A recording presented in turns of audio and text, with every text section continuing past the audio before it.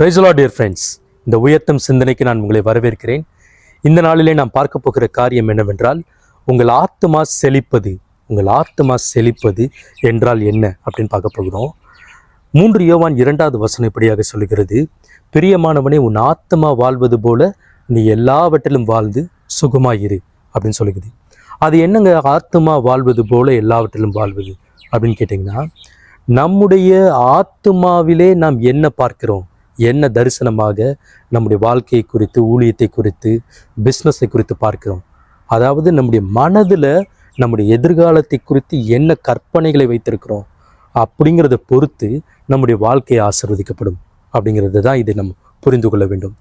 நம்முடைய மனதில் ஒரு நெகட்டிவான திங்கிங்கை, கான்ஸ்டண்ட்டாக நெகட்டிவான ஒரு காரியத்தை, நெகட்டிவான ஒரு விஷயத்தை நம்ம எதிர்பார்த்து இருக்கும்போது வாழ்க்கையில் பாசிட்டிவாக நடக்கிறது, நன்மைகள் நடப்பது ரொம்ப கஷ்டங்க. ஆண்ட்ரி ஓமக் என்ற ஒரு ஊழியக்காரர், தேவ மனிதர், காலரோடோ என்ற அமெரிக்க தேசத்திலே ஒரு பகுதியிலே ஊழியம் செய்து கொண்டிருக்கிறார். உலகம் முழுவதும் அவர் ஊழியம் செய்து கொண்டிருக்கிறார். அவரை குறித்து நீங்கள் கேள்விப்பட்டிருப்பீங்க. அவர் பார்த்தீங்கன்னா கிட்டத்தட்ட 2-3 பேரை உயிரோடு அவர் எழுப்பினார்.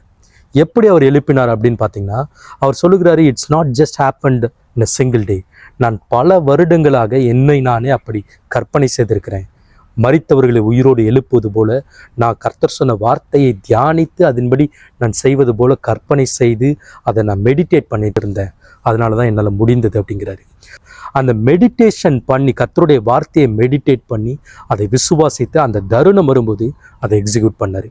நம்முடைய வாழ்க்கையிலே கர்த்தருடைய ஆசீர்வாதங்கள் நடப்பதற்கு, நன்மைகள், செழிப்பு, கிருபைகள் உண்டாவதற்கு கர்த்தருடைய வார்த்தையை நாம் தியானித்து நம்முடைய ஆத்மாவை செழிப்பாக வைத்திருக்க வேண்டும். நம்முடைய ஆத்மாவில், நம்முடைய மனதில் முதல்ல அந்த செழிப்பை, அந்த வாழ்க்கையை, அந்த ஆசீர்வாதத்தை, ஊழியத்தை, பெருக்கத்தை, உயர்வை நம் மனதிலே பார்க்க வேண்டும், பார்க்க முடிய வேண்டும்.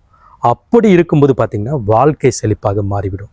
இதுதாங்க அந்த வார்த்தை, பிரியமானவனே, உன் ஆத்மா வாழ்கிறது போல நீ எல்லாவற்றிலும் வாழ்ந்து சுகமாயிருப்பாயாக என்று.